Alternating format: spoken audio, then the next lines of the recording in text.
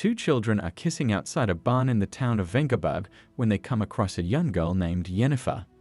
Yennefer has purple eyes and looks different from others.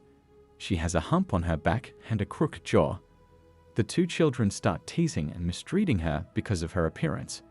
Suddenly, Yennefer disappears and reappears at a place called the Tower of the Gull in a town called Aretuza. Yennefer meets a man named Istred at the tower. He tells her that she accidentally opened a portal to come there and that she possesses magical powers. Yennefer finds it hard to believe him. However, he warns her that her use of magic has made her a target for other sorceresses who will try to find her. To help her, he eats a flower and opens a special portal that cannot be traced, so Yennefer can return home. True to his words, when Yennefer reaches home, a sorceress named Tissaia arrives. She pretends to be interested in buying pigs, but actually wants to take Yennefer away. Yennefer's father, who is already unhappy with her, agrees to sell her for a very low price, even less than the cost of a pig. Yennefer's mother protests because she knows that Tissaia is a witch, but her father doesn't care. Feeling betrayed and devastated, Yennefer's heart breaks. In her despair, she attempts to harm herself by cutting her wrist. She desperately pleads with Josia, saying she doesn't want to die. She tells him that she thought by ending her life, she would have some control, but Tissaia disagrees. Tissaia explains that taking such a step would mean losing control.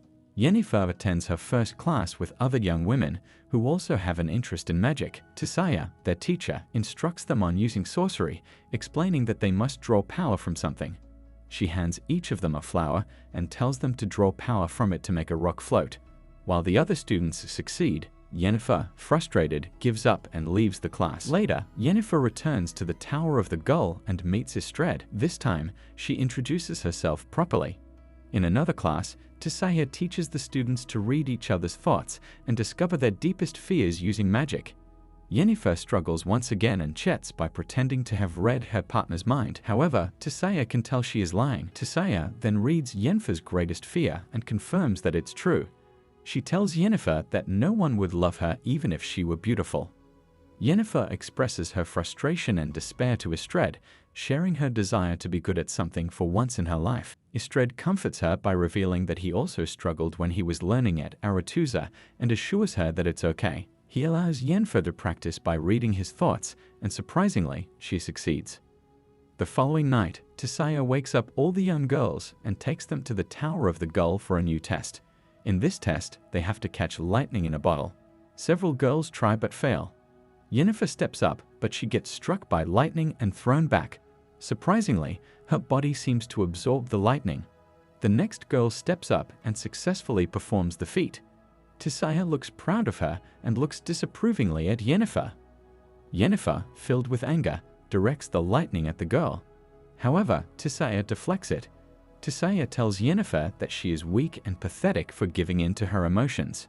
She explains that sorceresses are meant to serve as advisors to kings, and if Yennefer can't control her emotions, she is not fit for the job. Yennefer goes to Istred and confesses that she is failing all the tests and might be sent home soon. She believes they will never see each other again. Istred reassures her that they will find a way and suggests teaching her how to create the special portal he made earlier. Initially hesitant because it's a forbidden type of magic, Istred changes his mind upon seeing Yennefer's distress. He reveals that magic was originally taught to humans by elves, who were oppressed and killed for their knowledge. He takes out the flower he had earlier and explains that it only grows where elven blood has been spilled. Istred gives Yennefer the flower and tells her to take a bite and say a specific incantation. Surprisingly, the portal opens on her first try, leaving Istred shocked. He asks Yennefer how she did it, and she reveals that her father was half-elf, which cursed her with deformities and made her an outcast. The man at the barn was just her stepfather. They share a kiss, and it turns out Yennefer was working to retrieve the special flower for Tissaia all along. Tissaia wanted to test if Yennefer could control her emotions long enough to complete the assignment. Yennefer asks if that means she gets to go up and be placed with the king. She is told to listen for a knock. On the other hand, Istred is also working for his boss, Strigoba.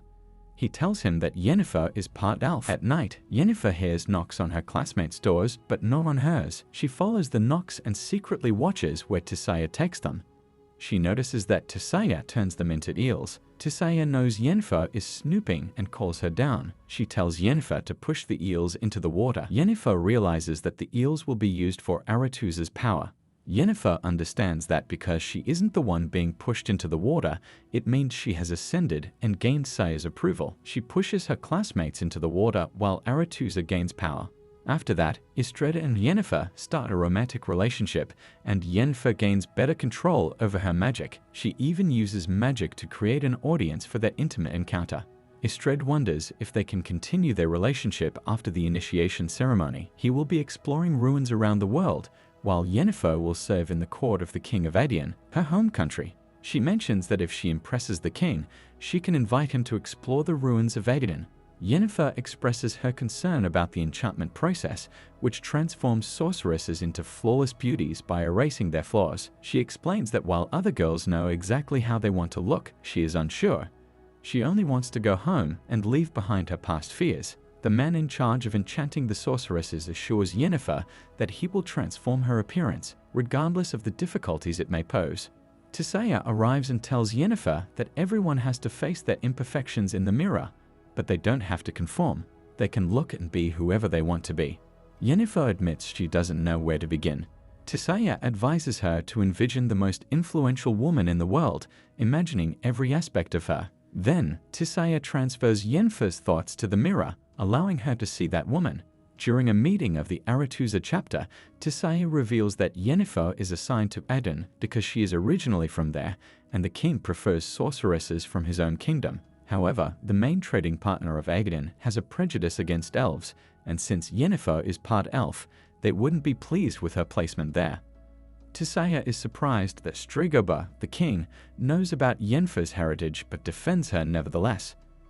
When a vote is taken, everyone agrees that Yennefer should be sent to Nilfgaard instead, a less esteemed kingdom with an inappropriate king. Yennefer is furious upon hearing this news and demands to speak with the chapter. However, Desire informs her that the issue stems from her lineage. Yennefer questions Desire about revealing her bloodline, but Tissaia claims innocence. Yennefer realizes it was Istredd who disclosed the information during the initiation ceremony. Istredd notices Yennefer's absence and goes to find her in the Tower of Gaul. Yennefer is drafting a document for her stepfather to sign, declaring her as his biological daughter and rectifying the issue surrounding her lineage. Istredd tells her it won't work, especially because she missed the initiation ceremony, and it's too late now. Yennefer accuses him of betraying her by exposing her secret. Istredd apologizes, stating he didn't anticipate how the information would be used. When she pushes him further, he reveals that he knows she spied on him for Tissaia. Istredd suggests a solution. Yennefer can accompany him and explore ruins around the world. However, Yennefer dismisses it as his dream and refuses to be a bystander while he fulfills it, feeling like she's just holding dustpans. This deeply upsets Istredd, as he believed Yennefer wanted to be with him. She discloses that she doesn't reveal all her thoughts to him. Istredd accuses Yennefer of being Tissaia's pawn, but she responds that her world isn't as enchanting and romantic as his. He warns her that no amount of beauty will help her if she continues to think this way. Yennefer counters, stating that she desires power, not just beauty. At the initiation ceremony, the young sorceresses are dancing with the kings whose courts they will serve. Yennefer approaches the enchanter and insists that he begins working on her immediately. He explains that he needs to brew herbs that will make her unconscious for the procedure. Yennefer, aware of the limited time, urges him to start right away. He ties Yennefer to a chair and cautions her about the consequences of the procedure. If she proceeds, she will be unable to bear children. She says she understands and tells him to keep the marks on her wrists from when she tried to commit suicide. Her purple elven eyes are noticed. He starts by removing her uterus, and Yennefer screams in pain. The uterus is used to create a special ink for a spell. He uses the ink to highlight the deformities on her body. The deformities begin to change, and Yennefer's spine starts to straighten. It is very painful, and she cries out in agony. She breaks her chains and falls to the floor in pain. Finally, the process is finished, and she passes out from exhaustion. At the initiation ceremony, Tissaia and Istredd sense something, and then the doors of the room open. A stunning Yennefer walks into the ballroom. Everyone in the room is amazed by her beauty. She goes directly to the king of Aden because she knows he would prefer a sorceress from his own kingdom. She offers him her hand for a dance. Tissaia tries to intervene, but the king is captivated by Yennefer's beauty and grace. Tissaia and the rest of the Aretusa chapter realize that Yennefer has taken matters into her own hands. However, in such a formal gathering, they have no choice but to control themselves. Yennefer comfortably dances with the king of Aden, aware that all eyes are on her. She enjoys the attention.